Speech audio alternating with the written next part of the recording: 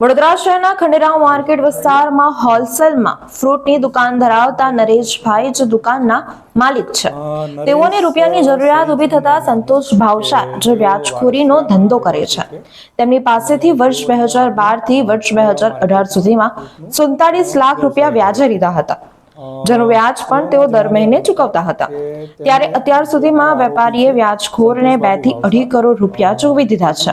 તેમ છતાં વ્યાજખોર તેમણે દુકાન પર આવીને તથા ફોન પર વારંવાર રૂપિયા આપવા માટે પઠાની ઉઘરાણી કરી રહ્યું હતું અને નામચીનો સાથે મારે ધંધો છે તેમ કહીને વેપારીને ધમકાવતા હતા. 28 નવેમ્બરના રોજ વેપારી દુકાન પર હાજર હતા. તે દરમિયાન વ્યાજખોર ત્યાં ઘસી આવ્યો હતો અને રૂપિયાની માંગણી કરી રહ્યા હતા. વેપારીએ જણાવ્યું હતું કે હાલમાં મારી પાસે રૂપિયા ચૂકવવા માટે પરિસ્થિતિ નથી એવું જણાવ્યું હતું અને જેમ પૈસા આવશે તેમ હું તમને ચૂકવી દઈશ તેમ જણાવ્યું હતું. ત્યારે વ્યાજખોરોએ રૂપિયા ના હોય તો દુકાનની ચાવી આપી દે તેમ જણાવ્યું હતું. આ ઉપરાંત વેપારીના પરિવારને પણ નુકસાન કરવાની ધમકી આપી હતી. વેપારીને તારે મરવું હોય તો મરી જા, પણ મારા રૂપિયા ચૂકવી દે તેમ કહેતા વેપારીએ દુકાનમાં જ ઝેરી દવા ગટગટાવીને આપઘાત કરવાનો પ્રયાસ કર્યો હતો. આ મામલામાં નવાપુરા પોલીસે ગુનો નોંધીને આગળની કાયદેસરની કાર્યવાહી હાથ ધરી છે.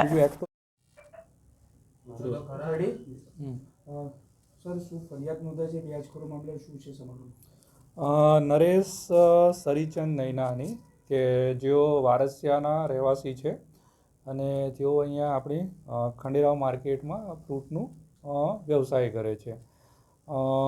તેઓના જણાવ્યા અનુસાર કે તેમણે જે અમારા આરોપી છે સંતોષ બાબુ ભાવસાર, એ બી અહીંયા ખંડેરાવ માર્કેટ પાસે જ એમનો ધંધો ચલાવે છે.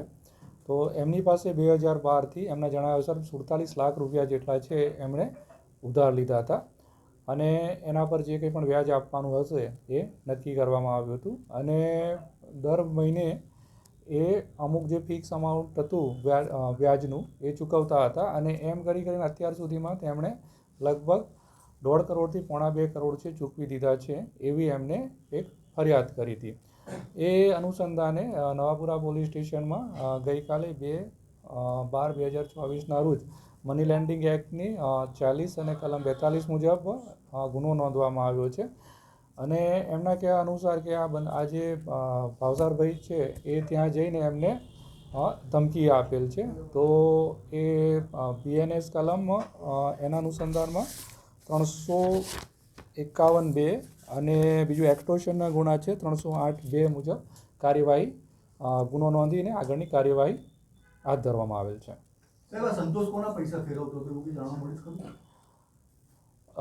સંતોષભાઈ જે પૈસા ફેરવે છે એમના છે અને બીજા કોઈક એમના જે કોઈક સગા હોય કે કોઈ ખેડૂત હોય એ કહેતા હોય કે અમારે બી આ વ્યાજે કંઈક પૈસા આપવા છે તો એની પાસેથી કોઈક પાસે લાવી અને આ રીતે પૈસા આપતા હતા. આ રીતે એનું કોઈ પણ જે લાયસન્સ છે એ એની પાસે મળી આવેલ નથી. એના માટે જે મની લેન્ડિંગ એક્ટની કલમ 40 ઉમેરીને આગળની કાર્યવાહી. ના, આમાં કોઈ પણ મોટા માથાઓનું નામ બહાર આવેલ નથી. ના, એવું કંઈ નહોતું કે રિકવરી માટે કંઈક એમને જાગીર કે એવું કંઈક આપવામાં આવેલ છે એવું કંઈક ધ્યાનમાં આવેલ નથી. સીસીટીવી સામે આવ્યા છે કે ધમકી આપે છે એના દુકાનમાં.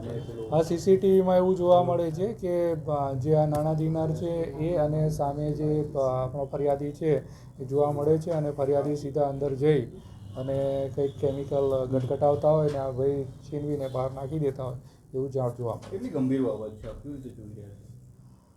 મની લેન્ડિંગ બાબત છે અને બીજું છે એમને ધાક ધમકી આપીને દુકાન પડાવી લેવાની વાત કરેલી છે. તો એના જે સેક્શન્સ છે એ સેક્શન્સ નોંધીને આગળની કાર્યવાહી કરવામાં આવી છે. આજે મની લેન્ડિંગની વાત છે, પોલીસ દ્વારા પણ ઘણી વખત ડ્રાઈવ ચલાવવામાં આવતી હતી અને ચલાવવામાં આવે પણ છે, તે છતાંય આવા ગુનાઓ હજુ નાબૂદ થતા નથી. પોલીસ નિષ્ફળ નીવડી છે, આપને લાગે છે? પોલીસ તો એની કાર્યવાહી કરી જ રહી છે. જે લોકોને લોનની જરૂરિયાત છે એના સસ્તા દરે લોન મળે એના માટે વિવિધ કાર્યક્રમ બી કરેલા છે. બેંકના કોન્ટેક્ટ પણ પોલીસે કરાવેલા છે, જે આમ તો પોલીસનું કામ નથી. તેમ છતાં બેંકના કોન્ટેક્ટ કરીને અને સરકારશ્રીમાં ઓછામાં ઓછી લોનથી માંડીને 1 કરોડ 2 કરોડની લોનો બી કઈ રીતે મળે છે એના અમે પ્રોગ્રામ્સ કરેલા છે. તેમ છતાં પણ જે લોન લેનાર છે એ સરળતાથી મળી જાય કે કઈ રીતે આ લોકોના જંગલમાં ફસાઈ જાય છે અને આ રીતે એ લોકો પૈસા લઈ લેતા હોય છે અને પછી સમયસર કયા કારણોસર કોઈ મુશ્કેલી આવી જાય તો નથી ભરી શકતા, જેનો આ લાભ છે આ નાણાધીના લેતા હોય છે. સર, બહુ ખૂબ મોટી રકમ છે 1 કરોડ, જે એના સામે કંઈક તપાસ કરવામાં આવશે કે આના પૈસા છે, કોણ આપતું હતું આટલું મોટું? એણે 47 લાખ રૂપિયા 2012થી 2024 સુધીમાં ટુકડે ટુકડે લીધેલા છે અને એની સામે એ વ્યાજ આપેલું છે. તો એની તપાસ ચાલુ છે કે પૈસા ક્યાંથી આવ્યા છે. વડોદરાના સમાચાર જુઓ તથા આપણી ચેનલને સબસ્ક્રાઇબ કરો અથવા સંપર્ક કરો.